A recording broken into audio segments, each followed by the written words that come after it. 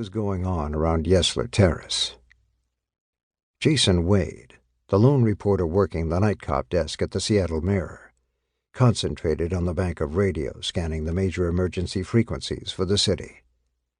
Amid the traffic of nonstop chatter, he caught a telltale hint of emotion in a dispatcher's voice. But the call was drowned out by police-coded crosstalk from unrelated transmissions. Jason cursed under his breath and locked onto the channel. Maybe he could pick it up again. He tried, but it was futile. Sounded like some sort of activity in the Central District, East Precinct. But what? 1 minute passed, then another. He heard nothing more. His call to the duty desk at the precinct went to voicemail. Instinct told him to keep the channel locked, because he couldn't risk missing a single story these days. Not on this shift. On this shift, getting beat on a story would get him fired. He wrapped up a 75-word Metro brief on a stabbing near the university, a petty drug deal gone bad. The victim would live. He finished his cold clubhouse sandwich from the cafeteria and surveyed the deserted newsroom. Most of the night copy crew had left after putting the first edition to bed. The editorial assistant was upstairs delivering papers to the executive offices. The last deskers, on duty to handle any more late-edition replates, were in a far corner marking time, discussing sports scores and a crossword puzzle. Several floors below, the Mirror's German-made presses were rolling off tomorrow's first edition, making the building hum.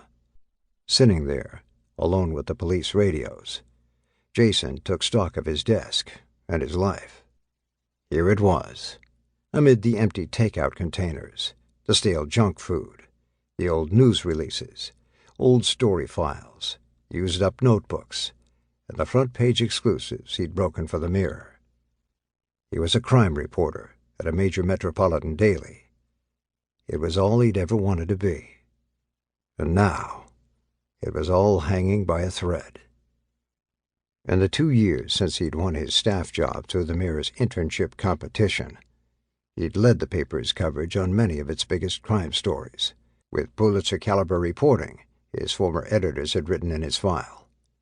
Sure, his way of nailing a story wasn't always smooth, because he took things to the edge, and he faced some difficult personal circumstances, but his passion eclipsed that of most staff veterans.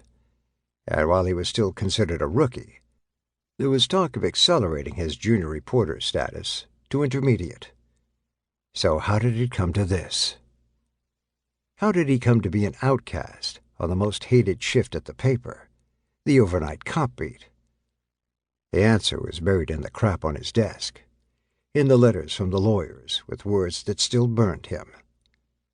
Possible proof of malice, erroneous reports implying guilt, statements were untrue, defamatory action. Anguish and anger twisted in his gut. Stop this and forget about it.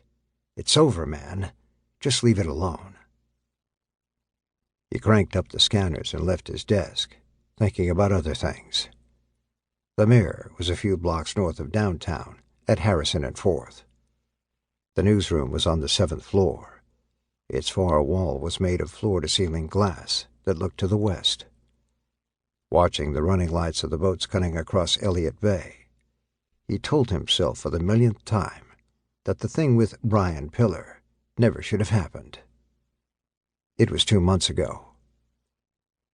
Pillar had been lost and had stopped his van to ask for directions from the 2 women standing on a corner. At that time, the Seattle police were conducting an undercover prostitution sting.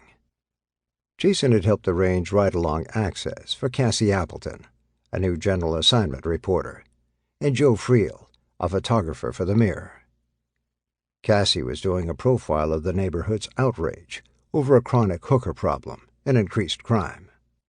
It was Cassie's story, Eldon Reap, the Metro editor, told Jason.